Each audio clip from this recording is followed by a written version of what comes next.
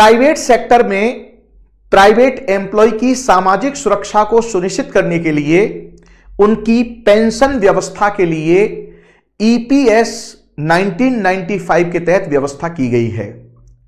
Employ pension scheme 1995। इसके अंतर्गत जिस कंपनी में कर्मचारी नौकरी कर रहा है तो उसका प्रत्येक कर्मचारी का एक पीएफ अकाउंट होता है।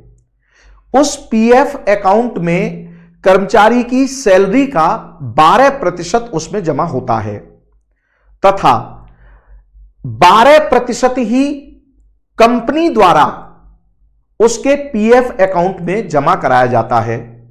लेकिन कंपनी द्वारा जो 12% जमा कराया जा रहा है उसमें से 8.33% उसके ईपीएस अकाउंट में जाएगा, यानी पेंशन वाले में, जबकि शेष 3.67% उसके प्रोविडेंट फंड वाले अकाउंट में जाएगा।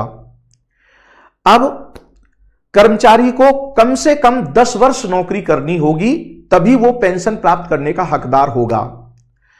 10 वर्ष बाद यदि वह नौकरी छोड़ देता है या नौकरी बदल देता है तब भी वह पेंशन प्राप्त करने का हकदार होगा।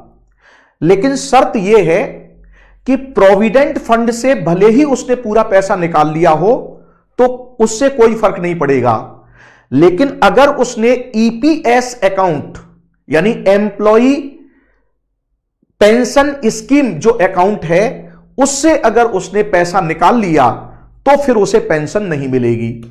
ईपीएस अकाउंट को उसे जारी रखना होगा। तो यह है आपकी सामाजिक सुरक्षा प्राइवेट एम्प्लॉय के लिए पेंशन के मामले को लेकर के।